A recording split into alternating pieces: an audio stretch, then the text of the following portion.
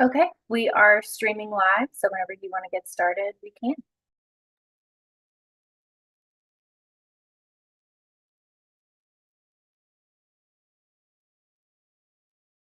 All right, good morning, or latter part of the morning. Thank you for joining us for today's virtual kickoff on Wake County's Western Wake Area Planning Process. I'm Sharon Peterson, the Long Range Planning Administrator for Wake County. We're excited to welcome the Zoom registrants today, as well as everyone who is watching on Facebook and YouTube.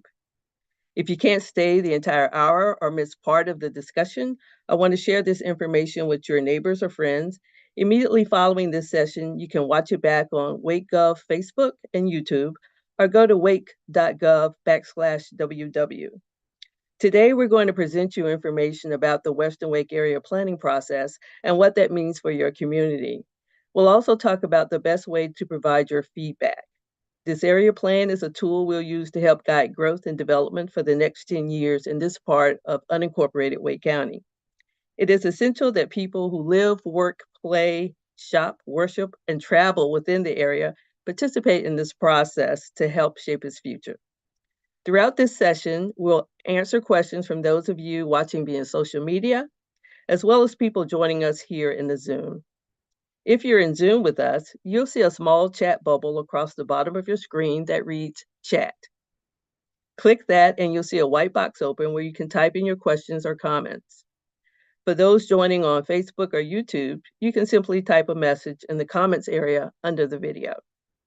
We'll pass those questions on to our team and we'll try to answer as many questions as possible today. If you have trouble with the comment or chat function, or think of a question after we end the session, you can always email us at areaplan@wake.gov. Wake County Planner Akul Nishawala is going to brief us on the planning process and the topics that will be covered in the Western Wake Area Plan. As you pose questions or provide comments, you may also see or hear from other planning colleagues, Layla Coe and Selena Everett. Well, enough said by me. Akul, you're on. Thank you, Sharon. Welcome, everybody. I'm going to share my screen, so let me just go ahead and do that.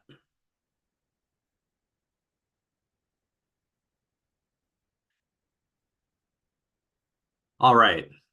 Sharon, can you give me a confirmation of whether or not everyone's being able to see the screen? All right. Yes, we can see the All right. screen. Great. Okay, everybody. Hi, as Sharon said, my name's Akul Nishwala. I'm one of the planners here at Wake County, and I'll be leading this meeting and presentation. Like she said, we'll have opportunities to ask questions and hear questions from y'all as well. So please feel free to use the comment box to do that, but we'll get started.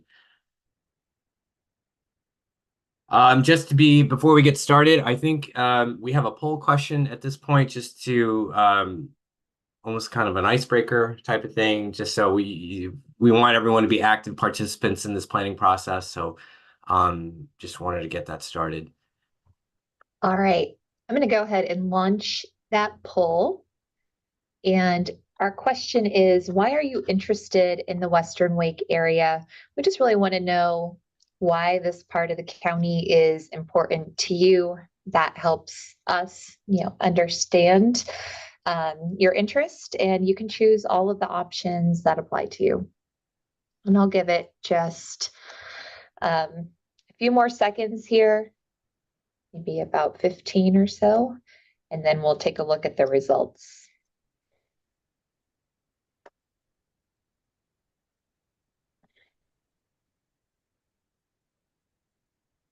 All right. Looks like we have pretty much everyone participating in this, so thank you. And I'm going to share those. You should be able to see that now. Okay, I'll bring mine on the screen as well, just so everyone can see. So it looks like a majority of everyone here, almost 80%, live in this area. About 20% travel through the area. Same amount either work here or have a business there, or and visit this area. So that's great. we love hearing from residents. Again, as Sharon said, the people that live here are crucial for us to understand this area better. Great. Thank you for doing that, everybody. So before we get into the Western Wake Area Plan, I wanted to just give everyone a little bit of background information and just a brief Planning 101 crash course. So Wake County is divided into 3 different types of jurisdictions. You have Wake County, which is unincorporated, which is where we work. We don't offer or provide public utility services like water and sewer. We do have our own development ordinances and zoning districts and our own comp plan, and I'll talk about those in a little bit. But development ordinances are basically the rules that dictate what folks can do with their property based on the zoning district. There are 12 municipalities in Wake County. The corporate limits are the town core. Those are grown by voluntary annexation. So back in 2011, the North Carolina legislature banned involuntary zoning or annexation, excuse me. So since then, any annexation that occurs into a town limit would have to be done or petitioned by the property owner. Once that happens, if you are within the corporate limits, you pay town taxes, you can vote in town elections, and as a result of being incorporated or annexed, that town must provide utility services among other services. Excuse me. They have their own development ordinances, zoning, and comp plans as well. Of course, you got an itch in my throat at the beginning. Excuse me. So the part that's in between is called ETJ, and that exists in 5 states, including North Carolina. The size is determined by the population. These are unincorporated areas. I'm losing my voice. Excuse me, just 1 second.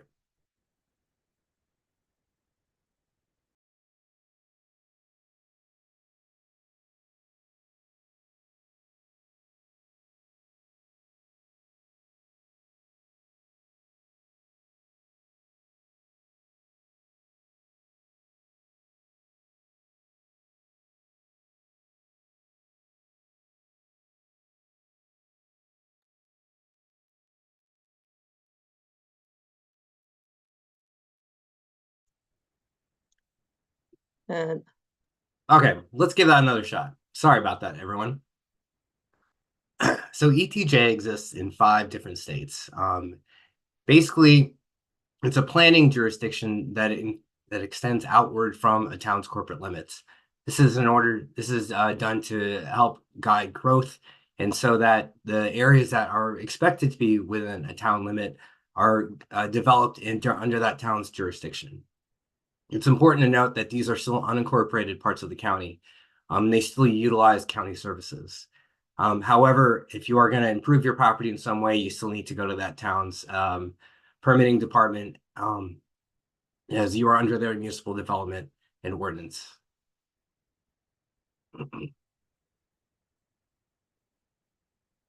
So jurisdiction is divided in the county as such. Different towns have different areas that they're allowed to grow within. And these are created by annexation boundary agreements within the town, between the towns. So there isn't any land wars between towns of who gets to grow where.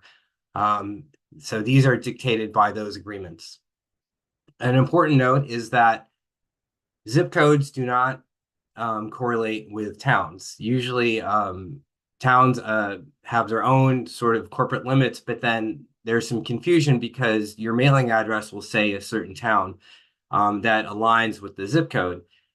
Zip codes are created by what post office your mail is being delivered by. So often there are places in Harnett County that have Fuquay-Varina mailing addresses, but they are not within the town of Fuquay's jurisdiction. So it's very confusing. The zip code is done by the Postal Service, and it's a completely different entity. And so that often causes a lot of confusion. But so that's just one thing I wanted to know. So what do the corporate limits look like? See on the left, those are the corporate limits of the various towns, and on the right are the ETJs. As you can see, they extend a little bit farther out. And so combined, this is what that map looks like. The darker areas are the corporate limits, the lighter areas are the ETJ. Everything beyond that that's not colored is the unincorporated part of the county and where we operate.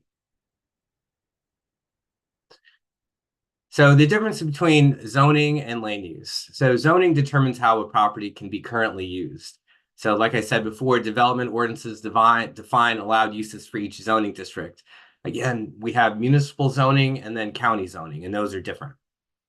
Usually, if you are rezoning your property, it'll only be allowed if it's consistent with the land use plan. So what is land use? Well, land use determines what the future use of a property should be, and we're looking about a 10 to 20 year time frame. This land use is determined by public input, and these are dynamic, so they can be changed or amended as needed.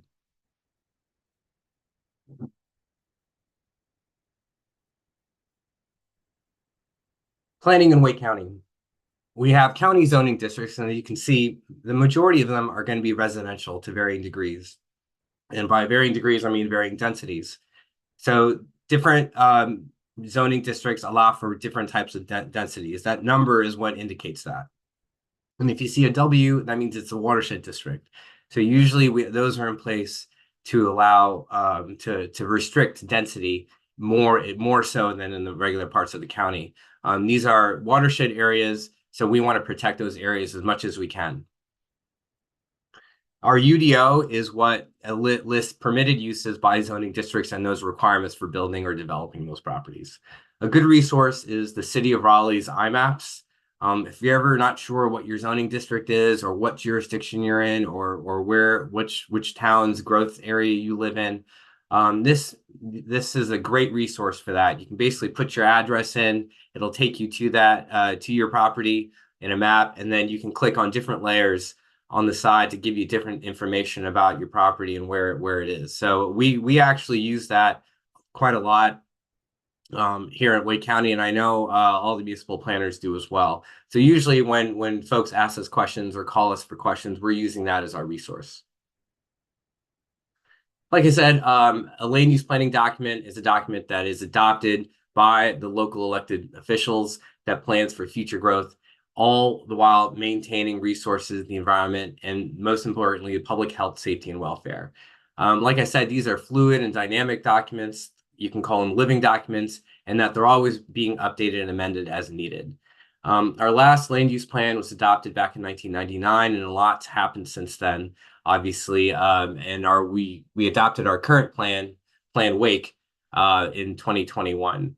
One of the biggest differences between the two plans was that back in 1999, we were kind of looking for more economic growth in this area and looking for ways for people to move here and for our towns and areas to grow.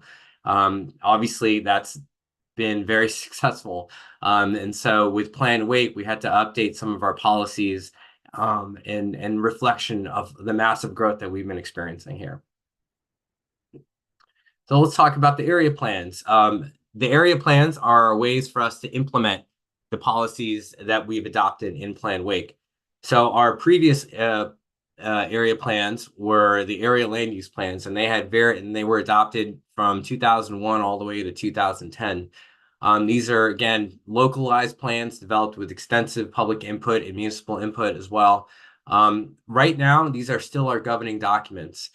We are going through every part of the county and adopting this new area plans.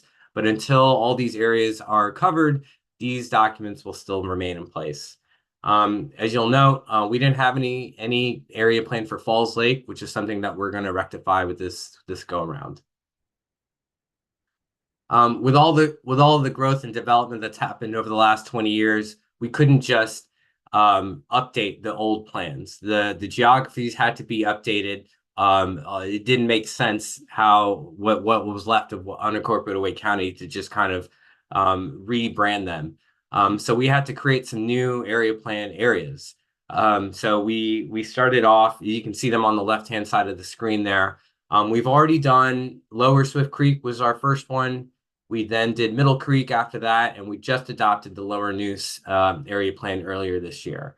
As you can see, we're working on Western Wake right now, and we'll have Little River, Neuse North, and Falls Lake left to do as well. So we're making good headway there, but these kind of localized plans are a really great way for us to kind of dive a little bit deeper than we did in Plan Wake. So I'll stop there for questions, and I'll see if Sharon or anybody has seen anything in the comment box.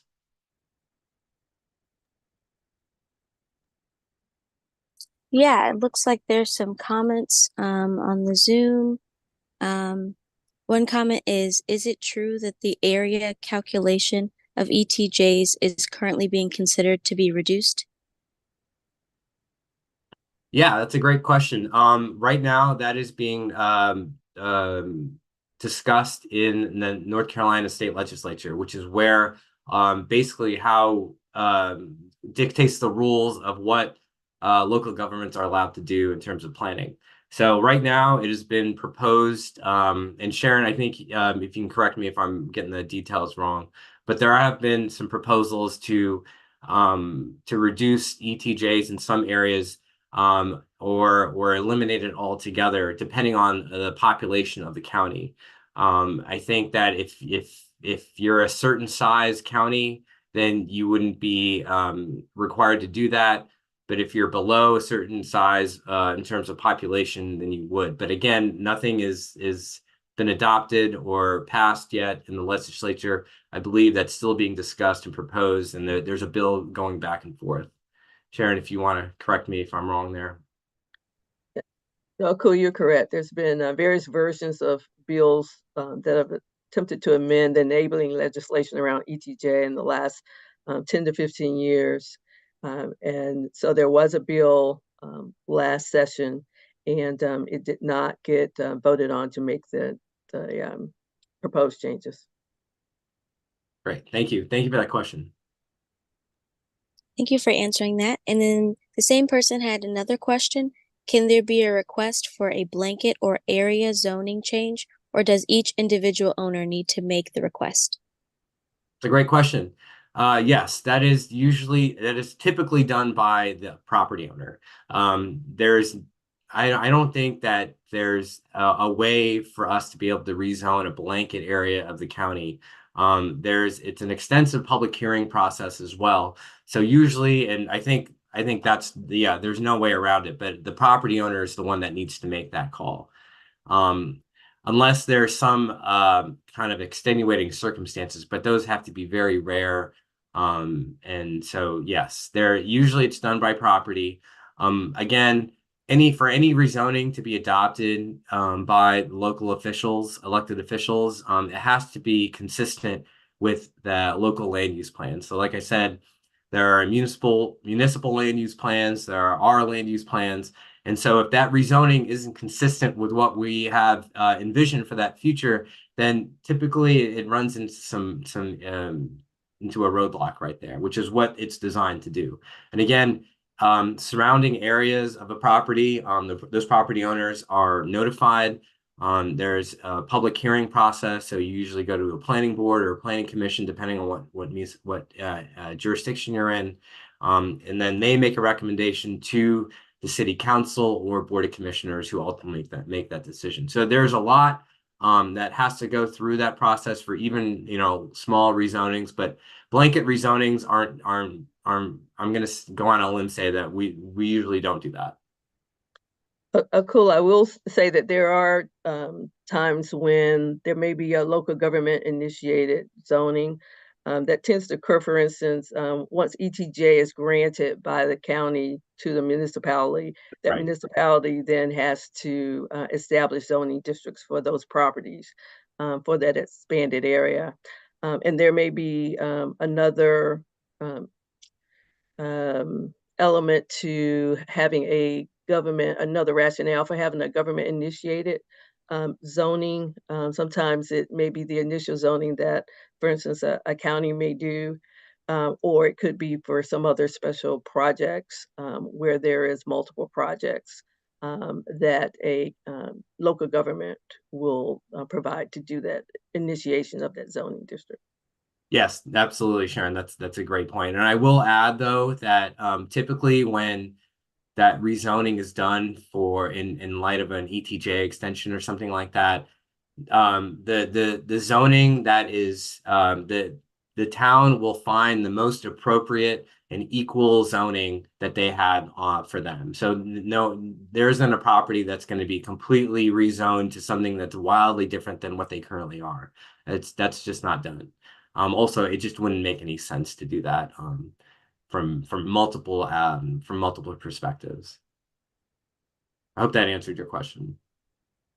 Thank you for those. Some more did pop up. If you have time to speak on some of the other questions at this time. Sure. Okay, so one was, do you have a bill number for the ETJ reduction? I'm sure we can find that for you. Okay. Yeah. So we can get back to that commenter. And then another comment was, if that's true, how did the current zoning class get places on vast areas of the county? I think it's so in reference to the. Go ahead. Oh, I'm sorry. Go ahead. Was there more to that question? No, that was it. So I guess I'm not entirely. I guess so. Every jurisdiction is required to have zoning in place on its property on whatever jurisdiction it has.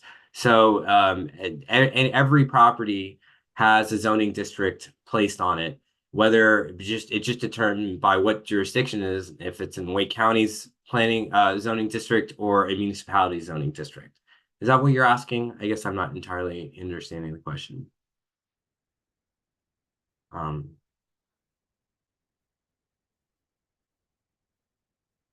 Sorry, if you could type a follow-up, that would be fantastic. So I do want to answer that, but so we can do that at the next question break, if that's okay. But we can get moving. Thanks for all those questions. Those are great questions. Okay. Yeah, Layla, if they're typing something up, we'll definitely answer that the next go around. Okay, sounds good. I'm sorry for not understanding that.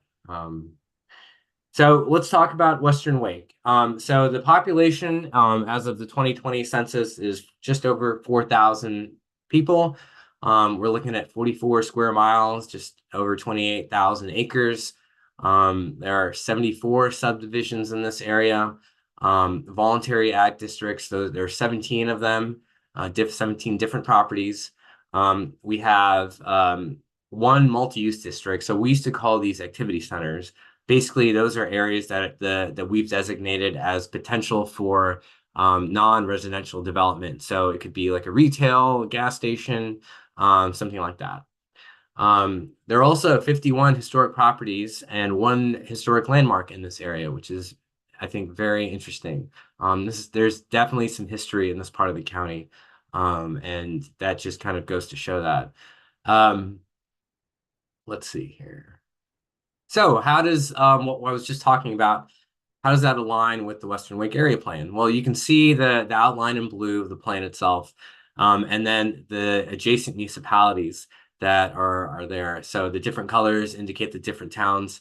So we got Cary, Apex, Holly Springs, and Fuquay all bordering the area plans here. So we've been in contact with them about this plan and any kind of just conversations that they might want to have with us about what's going on with them. But again, you can see the difference here between the corporate limits, which are the darker colors, the lighter colors, which is the ETJ, and then unincorporated Wake County, which is most of the area plan. One of the biggest things that we created in Plan Wake was what's called the development framework map. So we broke, what we did is we took the whole county and broke it up into 5 different kind of classifications. And basically each classification indicates a certain type of character or scale that we're looking for in that area. Obviously the most dense are the transit focus and walkable centers. There aren't any transit focus classifications in this area, but you do see some walkable centers along Holly Springs in Holly Springs and Apex there. And those are usually parts of their downtown areas. But for our purposes here in Western Wake, you'll see the majority is green, and that's rural. So this is what we consider to be the least developed, least dense parts of the county. Usually you're going to see agriculture, forestries, a lot of natural state areas. And the idea is that these are expected to remain in the county's jurisdiction, or at least rural in this current state for the foreseeable future. This is, again, in direct conversation with our municipal partners and talking about their growth plans for the future. And we were able to establish these areas as rural, and like I said, to remain this way for the foreseeable future. The lighter green is community reserve. These are partially developed, still low density. We expect, though, there to be some kind of development in the next 10 to 20 years in these areas, but still very low density, and again, not high density development at all. Community, which is the tan color, these are parts that we expect are within municipal jurisdiction or will be in the foreseeable future. So, but any development that happens within that area should be served by municipal water and sewer. So in terms of community engagement for the area plan, we have our website, which has a lot of different resources on there. We have a very easy URL, wake.gov/WW for Western Wake. We have a story map on there, which provides some background info, not dissimilar to what we've been talking about today, but there is a few more things on there that I'm not going to touch on today. We have a survey that we'd love to hear from you about, and we have an interactive map. It's a great map, interactive map that you can put your comments, ideas, or just your thoughts on the area. It's a great way for us to kind of hear what's going on, what the problem areas are, or what issues are most important to residents. We also are using social media and email listservs. If you want to get on that email listserv, there's a way to do that on our website. You can also sign up for other area plans that we're going to have in the future as well. We've put some road signs out in the area. Hopefully some of y'all have seen them. I know I've gotten a few phone calls just asking what's going on with those.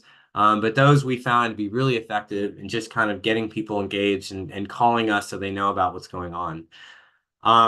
We have our first in-person community meeting coming up next month on the 12th. It'll be at 4 to 6:30 p.m. at the New Hill Community Center. I'm sure most of the folks here on the call know exactly where that is, but that's at 3101 New Hill Holloman Road. We hope to see you out there. We'll all be out there answering questions, just wanting to hear from y'all. So, and you can come in anytime between 4 and 6:30, and we'd love to see you there.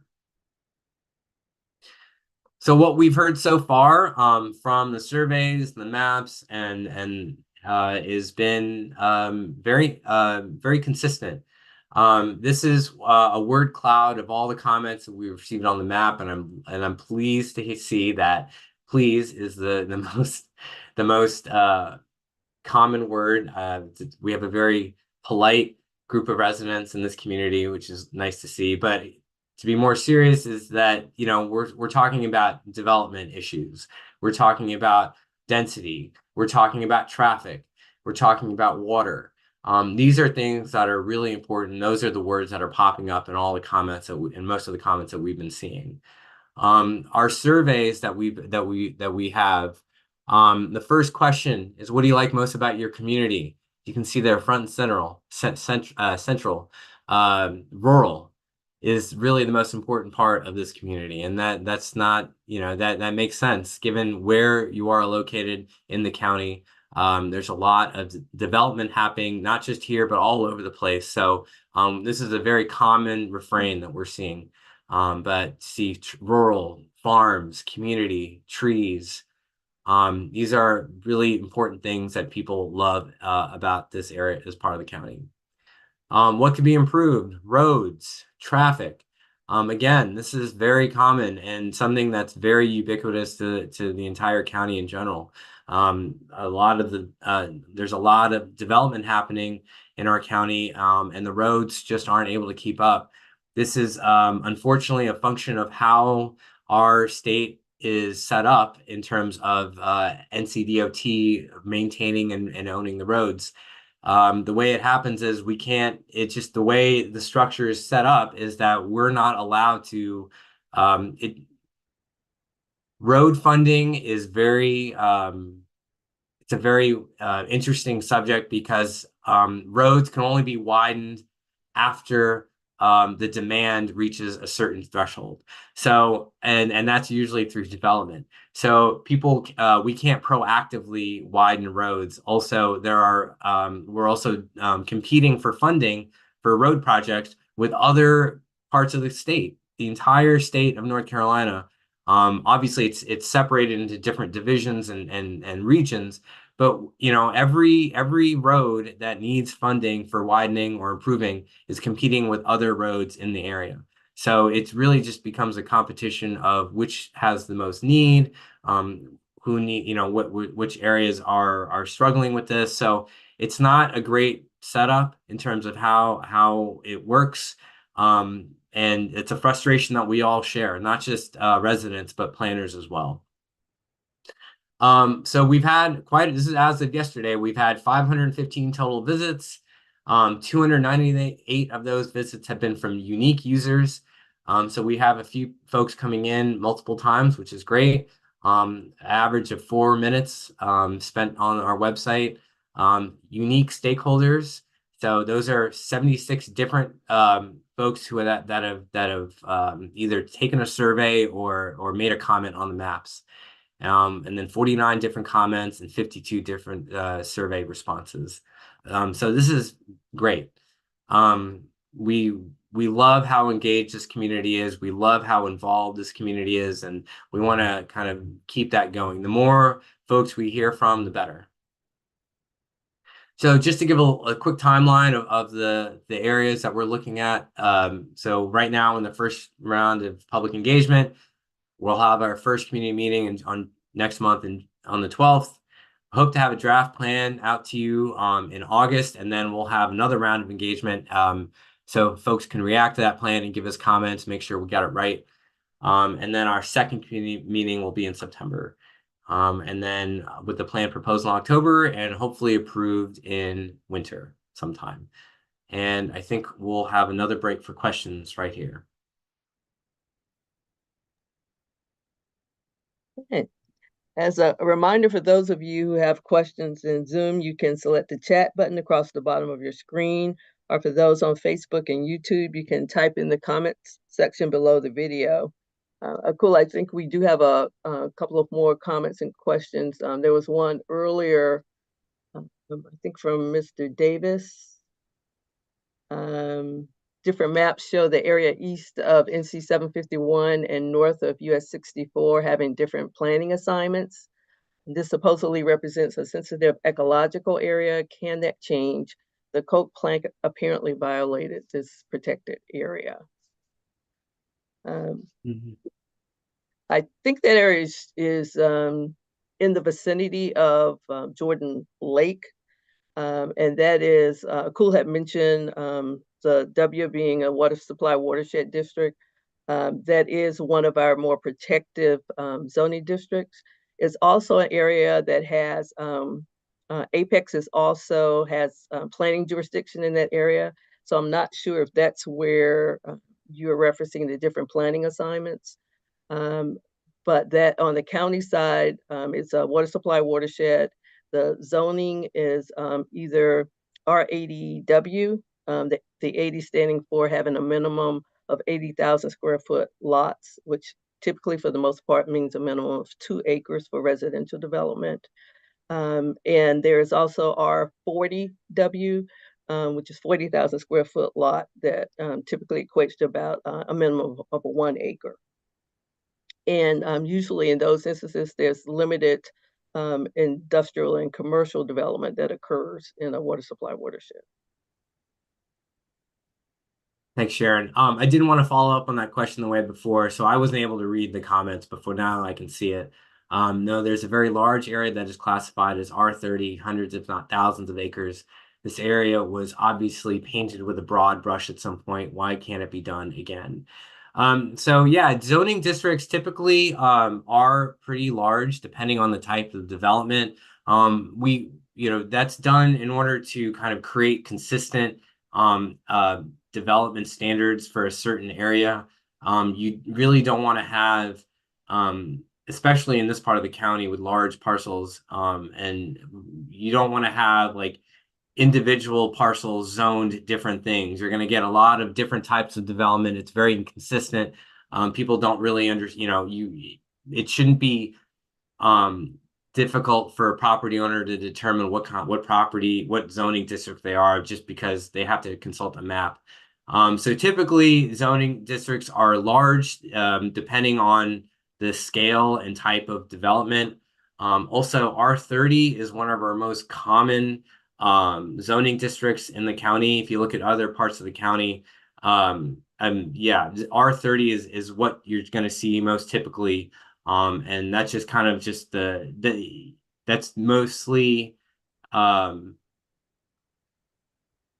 kind of development you're going to see in the county. So that doesn't mean that, and that usually applies if you're going to develop your land as well. So if you're looking to expand or, that just prevents certain areas from becoming too dense. And so that's something that we're seeing a lot of. Hopefully that answered your question. Let's see. Oh, there needs to be a better way to ask and then represent the responses to the question, what needs improvement? You show that road needs improvement, but does that mean more roads are needed, or does it mean that the existing roads need improvement? It means both, actually, depending on where we are. There's a lot of roads that actually just need resurfacing. But for the most of the time, we're looking at not just us, but other organizations like Campo, which is in charge of transportation planning for the region. They look at road volume, traffic, where certain choke points are in terms of where people aren't moving. And there are applications in place for federal funding, for state and federal funding to improve roads. So that could be either widening or resurfacing or adding a turn lane or adding intersection improvements. It really depends.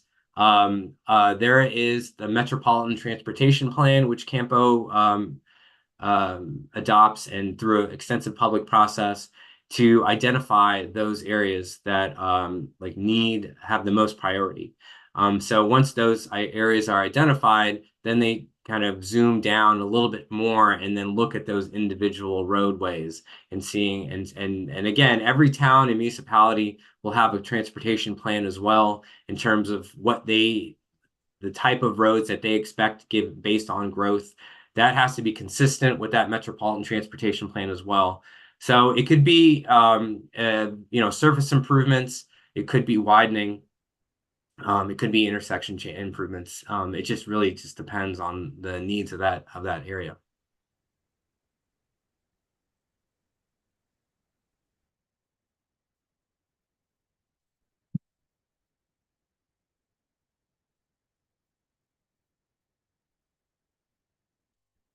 Are there any additional questions from our viewers and listeners?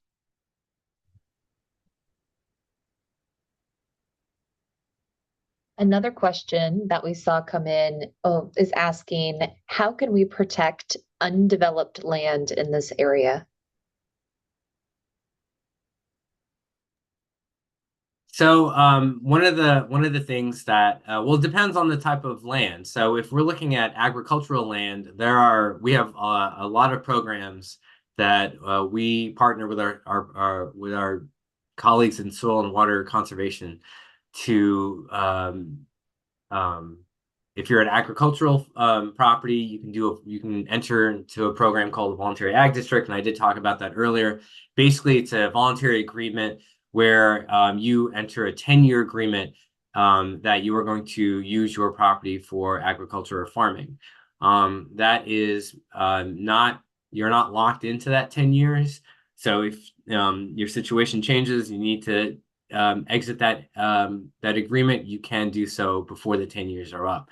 If you are committed to the 10 years, they've established a new enhanced voluntary ag district EVAD that locks you into that 10 years. So that gives us a little bit better way to plan for the future. We know that these properties are going to remain ag and as farming uses for the next 10 years. The other program that they have is what's called conservation easement. That's basically protects the land from development in perpetuity. And it doesn't matter who owns the property, it stays with the land, it's in the deed. So whoever owns the land is bound by that agreement. Also, the other thing, if you have property, the biggest way to protect undeveloped land is for the property owner to make that decision. Unfortunately, in the state of North Carolina, property rights are given high acclaim, more so than the ability for local jurisdictions like us to be able to set aside that property and say you can't develop on it. So typically the best way for that to happen is for a property owner to say, I'm going to buy this property and then I'm not going to sell it to developers. And if my colleagues have anything else that I'm missing.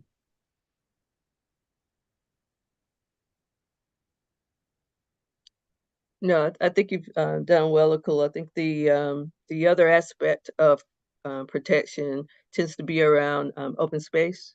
And the county also has a open space program, and it's typically trying to protect corridors around that lead to and through the county's water supply watersheds in order to improve water quality. And they have a ranking system and looking at parcels. And so if there's any property owners who may have an interest that are where the properties kind of align with the goals and the criteria, that is another option for protecting undeveloped land in the county. Yes, if you're interested in something like that, or one of the programs that we were talking about, please email us and we can connect you to the right folks.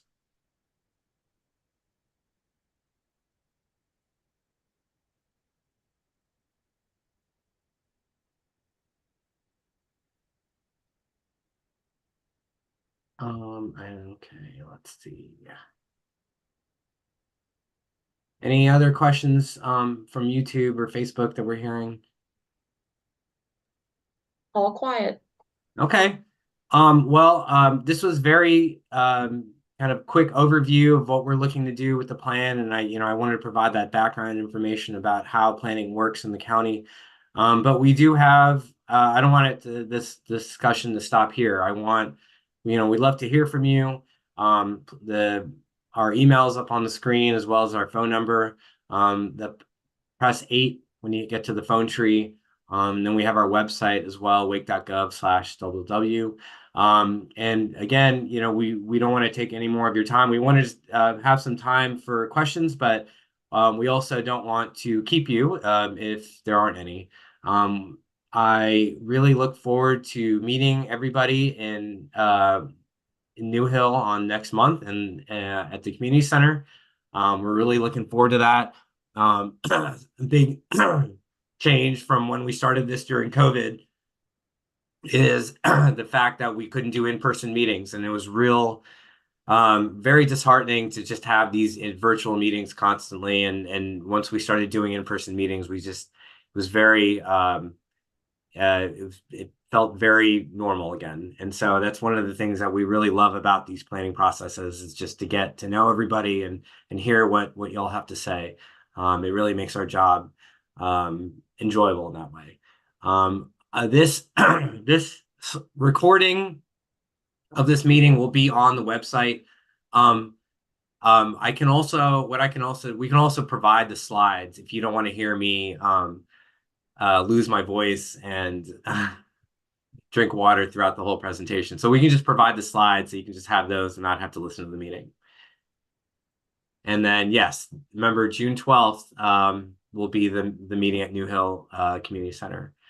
So unless there's anything else from my colleagues, I will say thank you to everyone and hope to see you soon. Yes, thanks to everyone for contributing to this discussion, and we will see you in June. We are also hoping to have other county departments resources there, for conservation district to someone from our water quality division to be able to talk about their private wells, water sampling, and perhaps someone from Parks, Recreation, and Open Space as well. So thank you for participating. Enjoy the rest of your day. Thank you all.